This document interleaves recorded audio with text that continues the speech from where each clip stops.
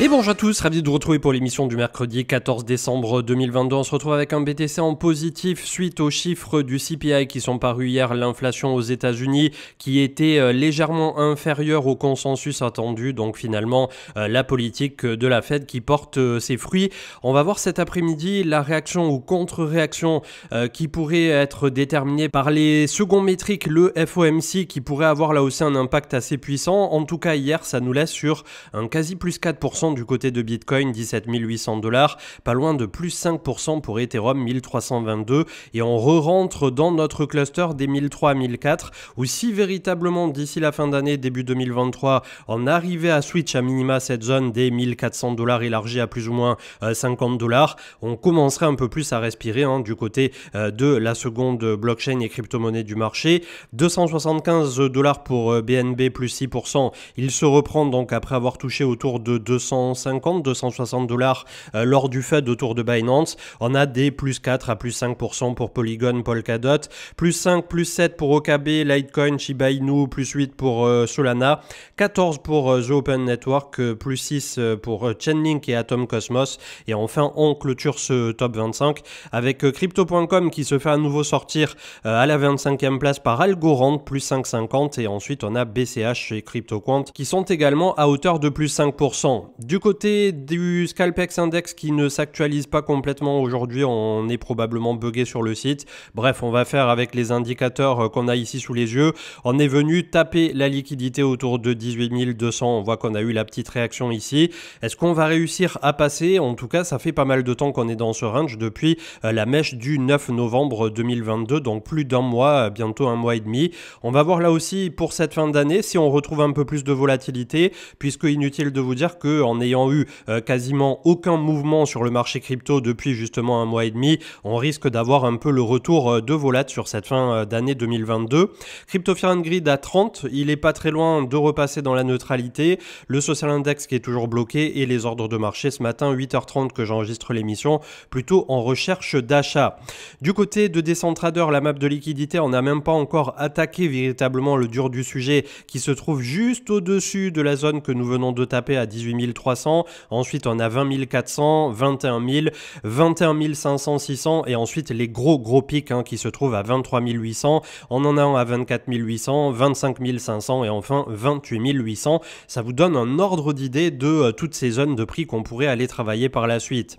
Le plus gros outflow au niveau de Binance qui était arrivé ces dernières 24 heures, 40 000 bitcoins sont sortis du crypto exchange Binance qui est à ce jour considéré comme le numéro 1 mondial. Donc il y a eu beaucoup de personnes qui ont paniqué. J'ai vu également du côté de Jump Capital qui avait sorti pas loin d'1 milliard. On a 2,159 milliards qui sont sortis au niveau des stablecoins également, avec un reste de 20,5 milliards toujours.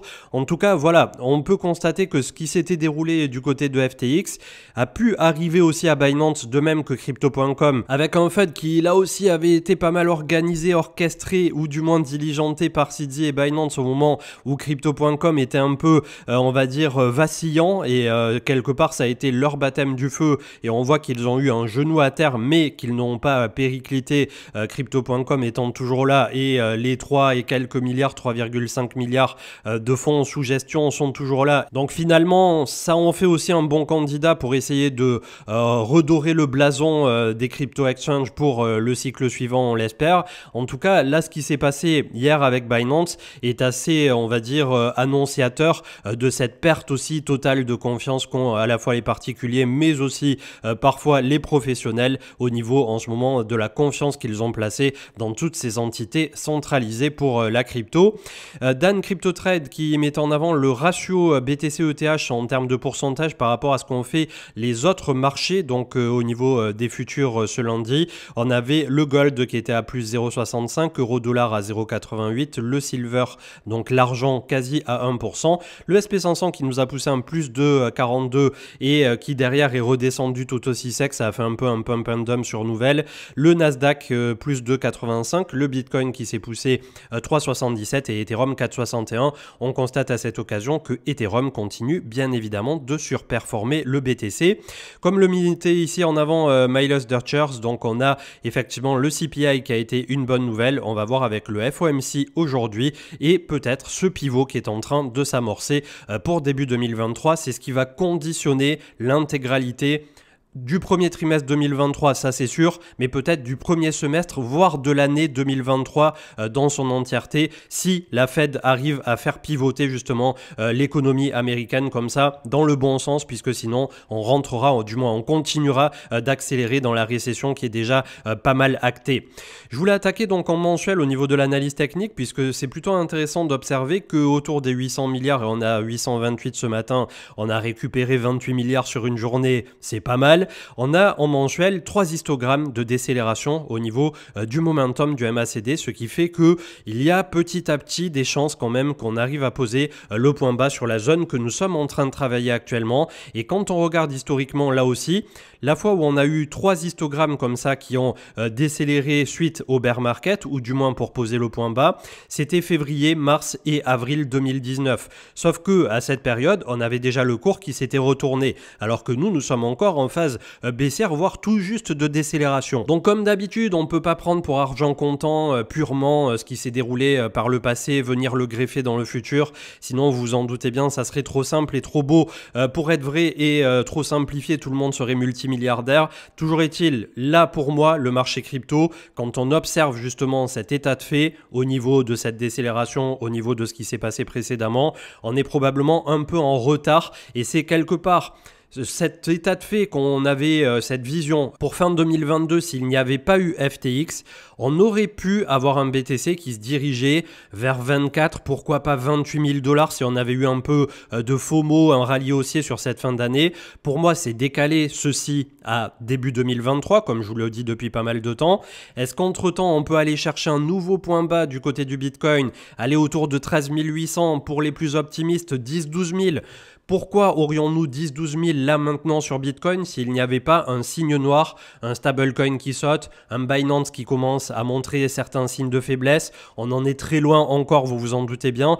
Donc pour l'instant, purement techniquement et en faisant abstraction de ce qui se passe autour, c'est vrai qu'on est plutôt dans la configuration comme ça, d'un début au moins de poser le point bas et peut-être de rallye haussier qui se goupillerait plutôt pas mal pour début 2023. Mais c'est encore beaucoup trop tôt pour le dire. Et je me méfie effectivement d'un retour de volatilité qui jouerait contre nous à très court terme. Donc quand je parle à très court terme, c'est sur une quinzaine de jours révolus à compter de maintenant, puisqu'on peut très bien avoir de nouveau une mèche qui vient balayer très bas et remonter. Comme vous le savez, le marché crypto aime bien nous faire des appels contre appels.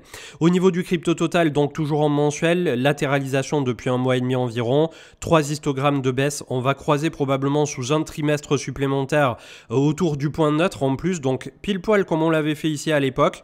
Ça n'a pas empêché début 2019 de faire un rallye haussier comme celui que j'espère et que j'attends pour début 2023 qui avait été repuni derrière, donc attention, c'est pas une fois de plus, si on a un peu d'air début 2023 ou au premier semestre 2023, ça va pas durer toute l'année, probablement que ça permettra à des personnes, que ça soit particulier ou professionnel, de sortir à bon compte avec pourquoi pas un Bitcoin entre 25 et 30 000 $ pour vous donner un ordre d'idée de la physionomie et un Ethereum qui reviendra entre 2000 et 2500 $, quelque chose dans ces eaux-là. Si on a un rallye aussi relativement prononcé, on peut viser ce genre de target à un horizon de temps de 3 à 6 mois en fonction effectivement de comment se dérouleront ces phases de marché, puisque ça reste un mystère au niveau du marché crypto, mais parfois au moment opportun, quand tout le monde est véritablement désintéressé, quand tout le monde est au plus dur de la déprime, quand les métriques comme nous des médias crypto sont en train de s'effondrer plus bas que jamais, c'est là où souvent on a quelque chose qui se passe un peu, cet antagoniste qui est basé là aussi une fois de plus un peu sur un FOMO, où tout le monde va avoir l'impression que pour quelques milliers de dollars supplémentaires sur Bitcoin, on repart. Et en fait c'est à partir de là où de nouveau on a un peu ce switch mental qui met quelques semaines, quelques mois à arriver. Entre-temps, vous avez votre Bitcoin qui va faire par exemple, je vous dis un truc complètement au pif, de 17-18 000 à 24 000 et les gens vont immédiatement avoir le doute à retardement de si c'est pas le bon moment pour rentrer. Ils vont commencer à repayer à 24 000, on monte à 26, on monte à 28, on a un peu de liquidité et de liquidation au passage. Et derrière, qu'est-ce qui se passe? Les market makers, ils voient les derniers rentrer alors que le mouvement est déjà fait et ensuite on déclenche de nouveau un mouvement qui pourrait nous ramener baissier ce coup-ci. Je sais pas pas, autour de 20 22 000 et entériner définitivement du côté de Bitcoin ce coup-ci que les 20 000 font office à présent de support long terme, puisque là, pour renverser la polarité, désormais on a besoin de deux choses, c'est repasser au-dessus de 20 000 pour Bitcoin et ensuite venir s'établir plus tard au-dessus de 25 000.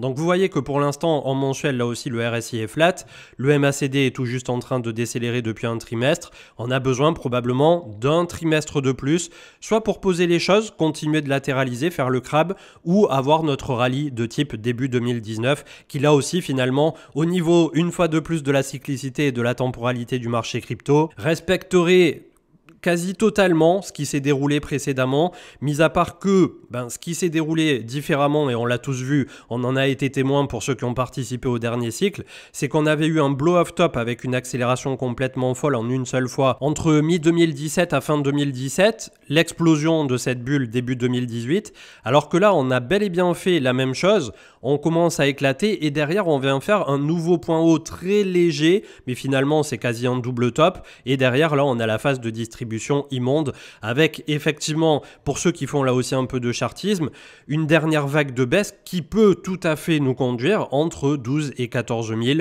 Les plus optimistes diront 9 à 10 000. Je ne vois pas comment on repasse sous les 10 000 $, voire même comment on tape les 10 000 $ si on n'a pas un signe noir additionnel. On peut tout à fait avoir un cadavre inopiné qui sort du placard, avoir un top tier exchange de nouveau qui périclite ou un USDT ou je ne sais pas quoi qui pourrait encore nous arriver. Mais très honnêtement, là de suite, après tout ce qu'on s'est déjà pris et les cadavres sont quand même ont eu le temps de sortir des placards par rapport à FTX, ça serait quand même assez à la fois décevant et surprenant qu'on ait de nouveau un truc FTX-like qui sorte maintenant, voire à début 2023. Donc je suppose, et là aussi c'est de l'exercice de pensée, c'est pas de la cartomancie, qu'on est plutôt dans cette phase à la fois de désintérêt, la colère est derrière nous en général, mis à part ceux qui se sont fait scam par FTX et qui doivent être là pour le coup toujours en colère, mais au global, si on occulte FTX, cet épisode-là, qui est la deuxième réciproque de Terra Luna UST en termes de capitulation pour le marché crypto,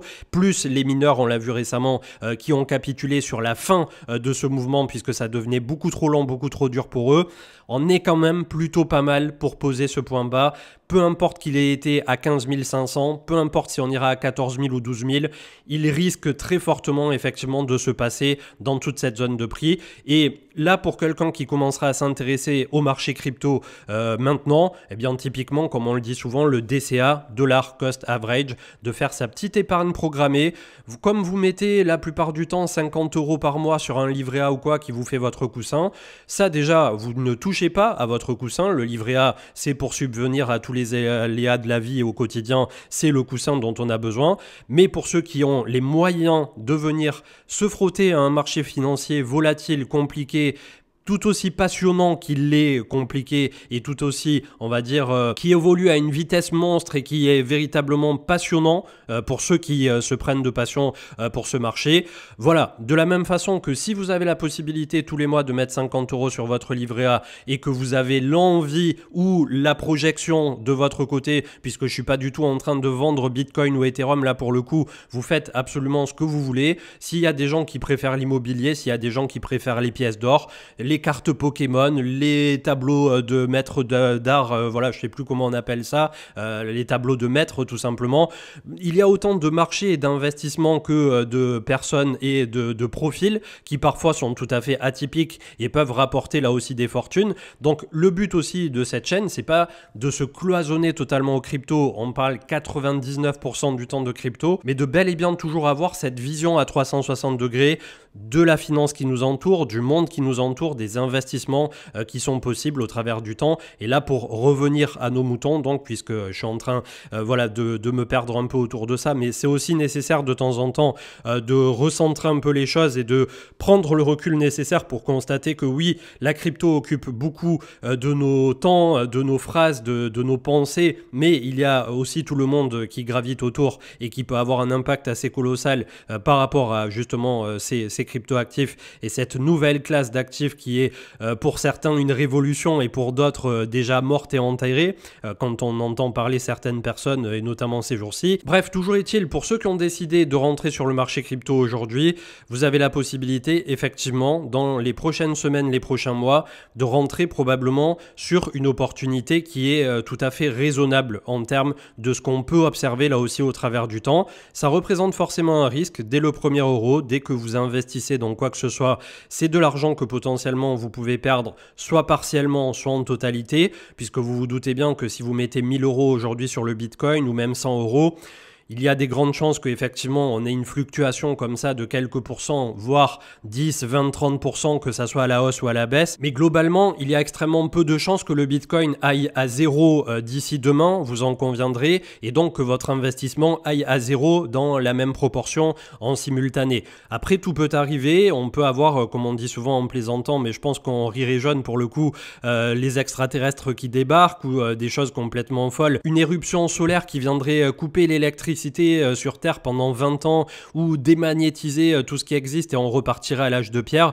Bref, on peut faire autant de scénarios complètement farfelus qu'ils sont en train de les inventer ou qu'ils les ont déjà fait à Hollywood. Mais globalement, enfin voilà, pour une personne qui s'intéresserait au marché crypto là maintenant, qui n'a aucun background, ou pour ceux qui sont là justement depuis quelques mois ou quelques années, on est quand même pas si mal foutu sur l'endroit sur lequel nous nous trouvons et je pense qu'on risque d'avoir une belle surprise, je l'espère, entre le premier trimestre et semestre 2023. Ethereum pour sa part qui continue de latéraliser, pareil, hein, c'est le statu quo depuis plus d'un mois et demi. On a tout ce cluster entre les 1003 justement sur lesquels il est, les jusqu'à 1006 ici pour essayer de dépasser la mèche extrême, donc en mensuel toujours et séparé en hebdomadaire qu'on avait tapé sur le mois de janvier 2018. Et la moyenne mobile 20 en mensuel, et elle avait arrêté le cours à l'époque en juin 2019 autour de 380 $.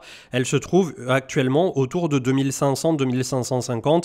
Donc clairement, si on a un rallye haussier pour Ethereum, ça serait entre 2000, 2002 à 2005 que ça se passerait au premier trimestre semestre 2023. Pour Bitcoin, on l'a vu à l'instant avec toutes ces zones et ces poches de liquidité qui attendent, ça sera entre 24 et 28 000 $ approximativement. Le DXY, le dollar donc qui est déjà sur une zone dure, 104.08. On a les 103 juste en dessous, moyenne mobile 20 périodes mensuelles autour de 100 tours. Je pense pas que ça va descendre là aussi en ligne droite, on risque d'avoir un rebond en cours de route, mais à voir si ça continue de pivoter tel que ça a l'air de vouloir le faire aux États-Unis. On pourrait avoir là aussi le dollar qui vient continuer de se poser. Et c'est pour ça aussi que, en perspective, en proportion, on a perdu 10 points sur le dollar américain, c'est énorme. Le Bitcoin n'a pas bougé depuis un mois et demi. On est en retard. On est en retard complet. Et le simple fait de revenir à 24 000 $ sur Bitcoin, ça rééquilibre tout juste ce fameux retard qu'on a. Ça sera même pas, je suis même pas sûr qu'on puisse qualifier ça d'un rallye haussier. Ça sera juste un rattrapage de retard. Je sais pas si je suis très clair dans ce que je dis, mais c'est comme ça que je le pense et que je le ressens par rapport à ce qu'on vient de traverser. BTCD qui reprend un tout petit peu, 41.3, on était à 40.8 pendant pas mal de temps. Là aussi, est-ce qu'on peut faire le bouchon de champagne? Est-ce que Bitcoin, au moins sur un mois ou un trimestre, peut retrouver toutes ses lettres de noblesse et reprendre le leadership au niveau du marché crypto en nous poussant cette zone ici dure des 42%, puis des 44-45 et venir chercher 48 à 50? Ça paraît loin, ça paraît lourd vu d'ici, mais pourquoi pas, on a été habitué effectivement à être surpris par notre bon vieux marché crypto, donc je demande à voir et pourquoi pas, tout est possible quand on parle de finance effectivement. Je clôturerai au niveau de l'analyse technique avec Gnosis qui continue lui aussi de se construire très positivement au niveau du temps. Donc on avait eu un quasi double bottom ici puisque c'était pas pile égal, mais on était autour de 6,70 $. C'était la deuxième touchette en mars 2020 et on avait eu celle de novembre 2018. Un énorme double creux hebdomadaire, le point de rupture autour des 30 $. On vient chercher un ATH à 680 $ pour Gnosis et les points bas récents sont venus non loin justement de la zone de pivot long terme. On était à 52, on est venu mêcher 67 et depuis on se construit dans ce qui pourrait s'apparenter, en tout cas ici pour l'instant, à un énorme bull flag. Alors c'est un peu tiré par les cheveux pour le coup, énorme impulsion, construction ici dans un bear market de ce canal parallèle descendant Premier mois d'histogramme de décélération, encore un mois ou deux, et je suppose que Gnosis sera prêt à point, notamment en termes de RSI, pour nous faire un petit quelque chose. Et pour rappel, pour ceux qui ont l'appareil du moins pour faire leur nœud Ethereum et qui sont passés par DAppNode, ils proposent de faire tourner comme ça nativement, en plus de votre nœud Ethereum, et vous pouvez d'ailleurs mettre plusieurs validateurs sur une seule machine,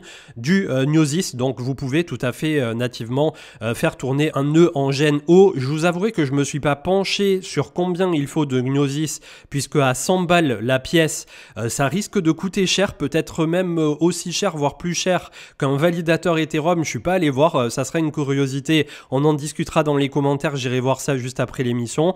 Mais en tout cas voilà, quand on voit ce genre d'actif nous proposer au travers du temps une construction comme ça qui est tout à fait propre, ça laisse un avant-goût plutôt optimiste pour la suite. Après, comme d'habitude, chacun investit dans ce qu'il veut. Je suis pas en train de chill Gnosis ou quoi que ce soit. J'essaie juste de trouver des configurations qui nous prouvent que le marché crypto, malgré tout, est en pleine construction plutôt qu'en pleine déroute.